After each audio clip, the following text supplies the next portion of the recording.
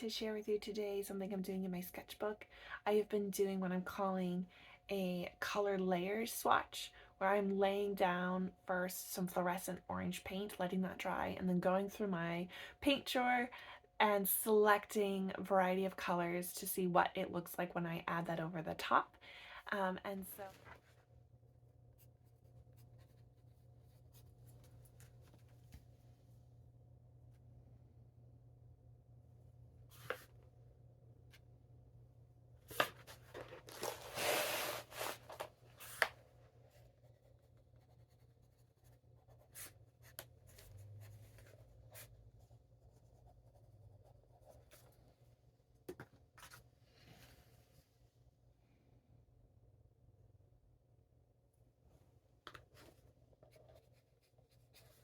now I'm going to put red oxide over fluorescent orange. So I'm going to do from here to here with the fluorescent orange on the bottom as a base. And then I've marked with squares where the main color is going to go and which side am I going to put it on. So the first one I'm going to do is, I wrote this one, is Cad Red Medium.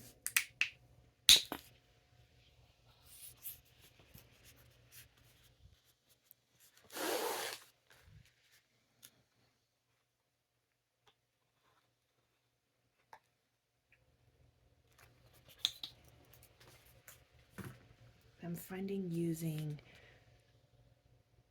baking spatulas, kitchen spatulas, works really well with spreading and getting the color on.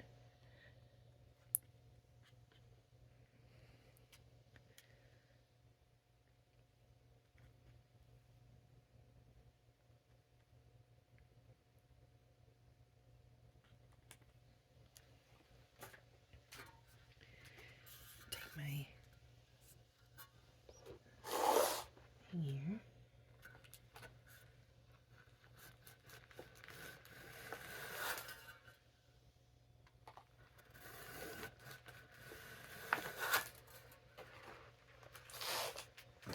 Harder to see. Cut throughs. This just kind of Crayola red that I got. Very probably close in color.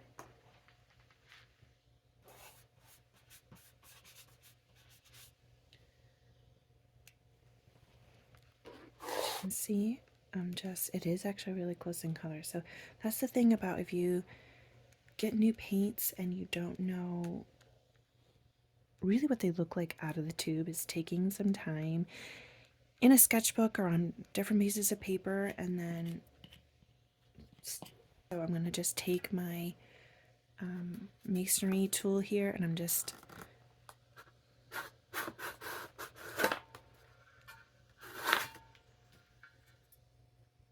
here is what I'm calling a Crayola red. That looks really close to a Cad Red Medium, so very similar. Now that's full saturation. I haven't lightened it any, I haven't darkened it any. So I want to show you here on this page, if I can just make that a little bit bigger for you. There we go.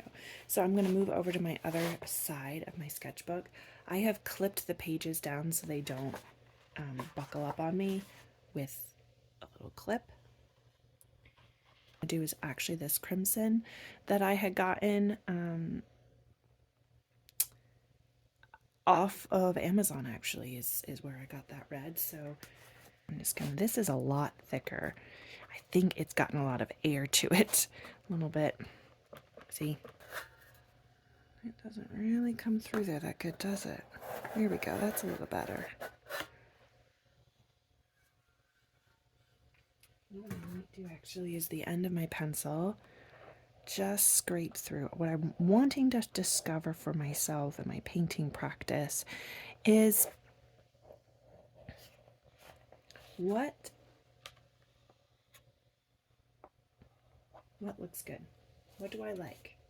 What do I not like? Here's one I've never really used a lot. This is a red oxide, probably like a red ochre actually, really, but it's red oxide. So I'm going to do that here on this other side. Just really wanting to see what I like and what I don't like when I'm working with colors. Now again, like I said, all of these colors I'm using fully saturated out of the tube. I am not going back in and mixing them in with anything, because once you start doing that, you've got a whole other range of colors. Really get a good scrape through. Yeah, I bet this red oxide would look probably really good mixed in with some of these other reds. Even this crimson to probably give me a more deeper, richer look. So that's all that I'm going to do for right now. Those are all the reds that I actually have. I don't have as many reds. I've done a few previously. Those are the reds. That's the 4 that I've done today. And as you can see, that gives me a lot to think about. I'm liking these colors and this one over top.